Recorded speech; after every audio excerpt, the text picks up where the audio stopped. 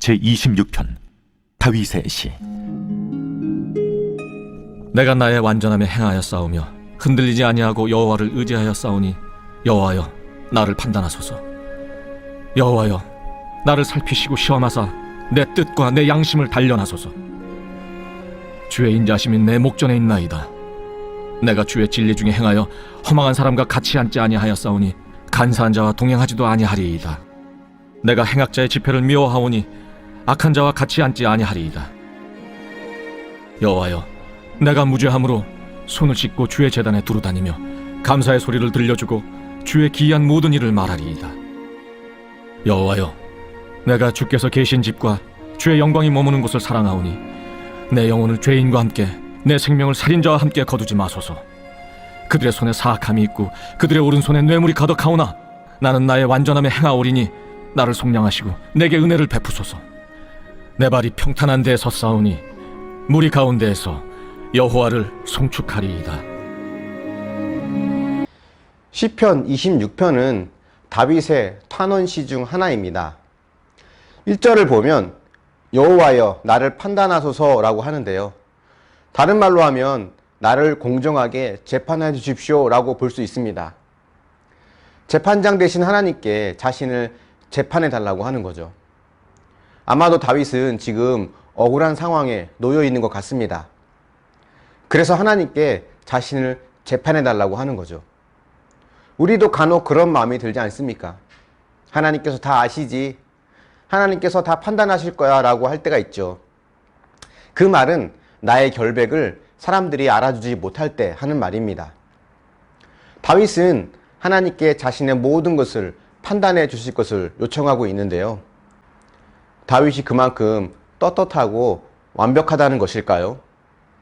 그렇지 않죠. 과연 누가 하나님 앞에 완벽할 수 있겠습니까? 그럼에도 다윗이 이렇게 고백하는 것을 통해 우리는 몇 가지 교훈을 발견할 수 있습니다. 먼저는 어떤 억울하거나 고통스러운 상황이 올 때 그것을 하나님 앞에 가져가야 한다는 것입니다.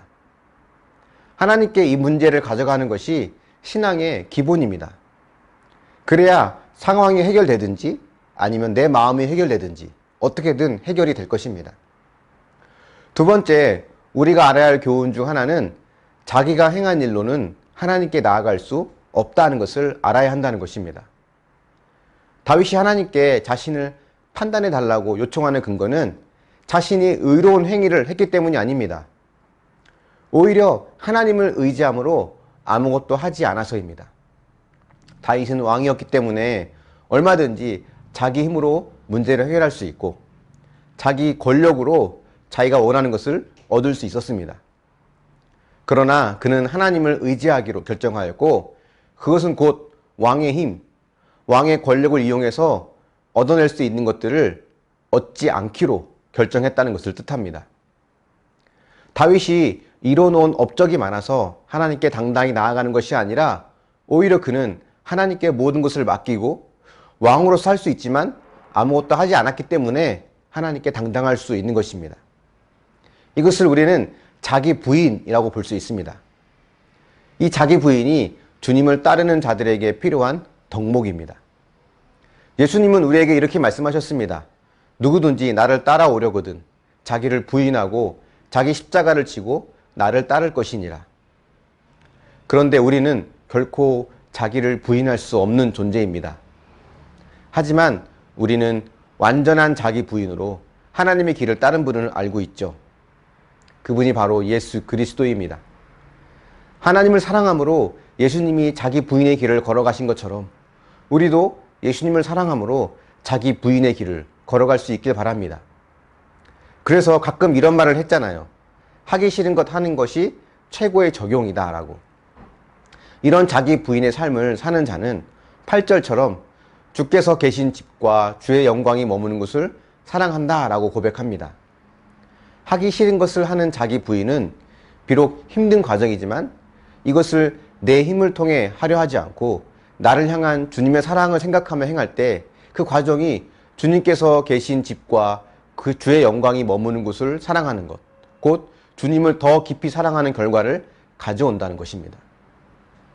또 그 사랑의 힘으로 자기 부인의 길을 가게 되는 것이고요. 이렇게 신앙의 선순환이 이루어지는 것입니다.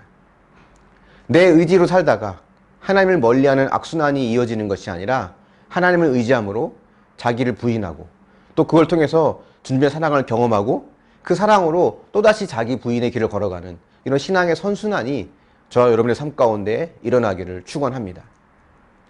묵상해 보십시오. 하나님께 가져가고 싶은 억울했던 일은 무엇이 있습니까? 신앙의 선순환 중에 있습니까? 아니면 악순환 중에 있습니까? 기도하겠습니다. 사랑의 하나님, 다윗이 억울하고 힘든 상황에서 하나님께 그 문제를 가져간 것처럼 우리 역시도 하나님을 의지하며 하나님께 그 문제를 가져가길 원합니다. 하나님을 의지한다고 하는 것이 내 힘으로 할 수 있음에도 불구하고 하지 않고 하나님의 방법과 때를 기다리는 것임을 우리가 보게 됩니다. 다윗이 왕으로서 할 수 있는 것들이 많이 있었지만 그 어떤 것도 행하지 않고 하나님의 때를 기다린 것처럼 우리도 하나님을 의지하며 이렇게 나를 부인해가는 믿음의 삶을 살게 하여 주시옵소서.